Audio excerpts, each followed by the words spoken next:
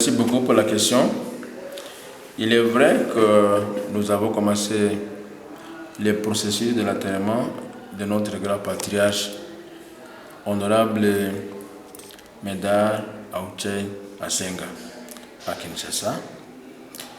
Et de là, nous lui avons rendu le hommage au palais du peuple, comme c'était un élu du peuple.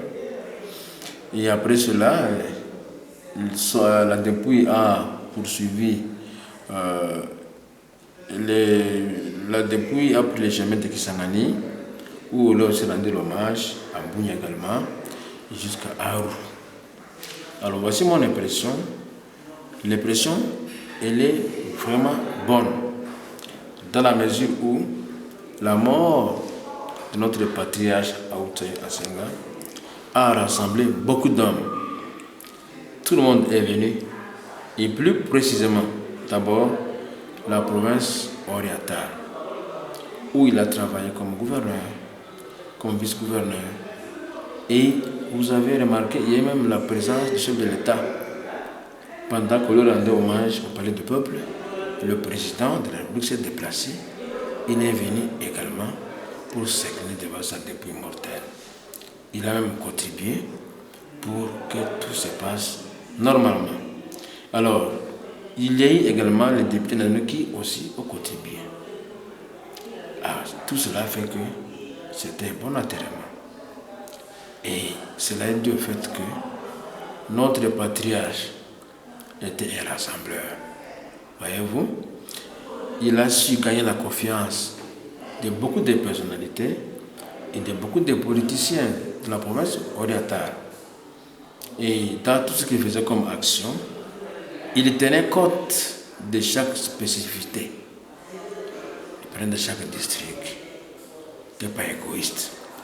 Il rassemblait tout le monde et cela a fait de lui un grand politicien. De même, vous l'avez suivi aujourd'hui. Tous les témoins qu'on avait dans le sens où lui, il a aussi casé beaucoup de personnes.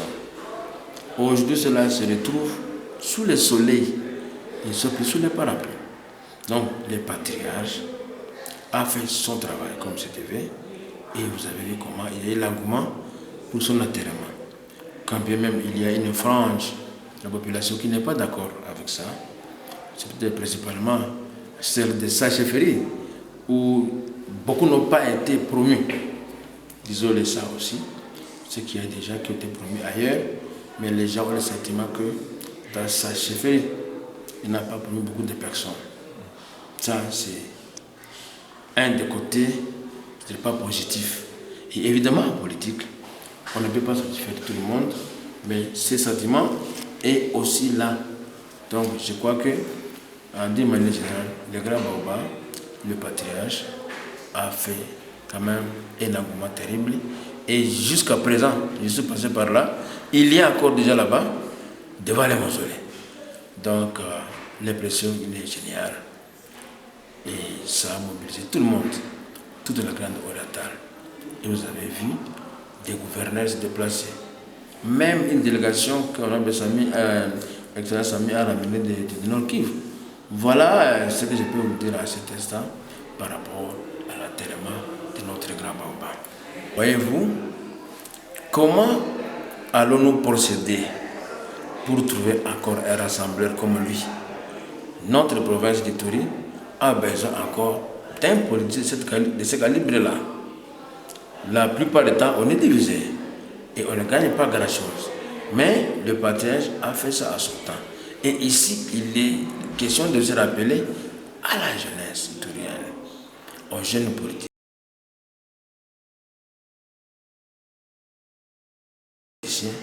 de privilégier l'unité qui fait la force des Ituriens et qui fait aussi la force de la province.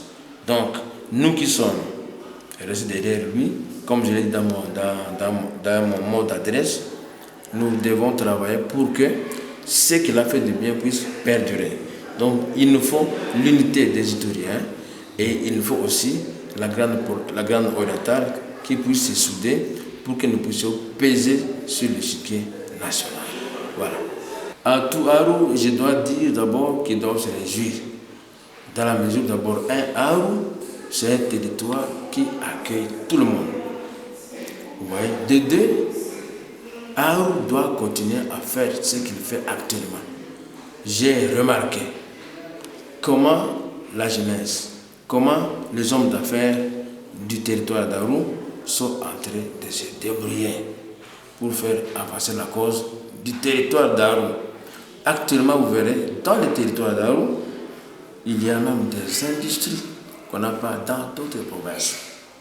Donc, Aru est en train d'avancer et il est question, je crois, de plaider pour la cause d'Aru pour peut-être qu'elle devienne même une province. Donc, Aru mérite mieux que cela et je crois que beaucoup de citoyens doivent comprendre l'exemple du territoire d'Aru. À Aru, beaucoup de gens se réfugient ici. Il y a la sécurité dans le territoire de Ndjougou, à Yerum et ailleurs, mais à Aru, vous trouvez une terre d'asile qui pratiquement accueille tout le monde et tout se passe dans la beauté. Et voilà, donc à la jeunesse d'Aru de pouvoir vraiment copier les bons exemples, qui ne changent pas leur philosophie. Aru doit aller loin et Aru doit monter sur le chemin aux autres territoires.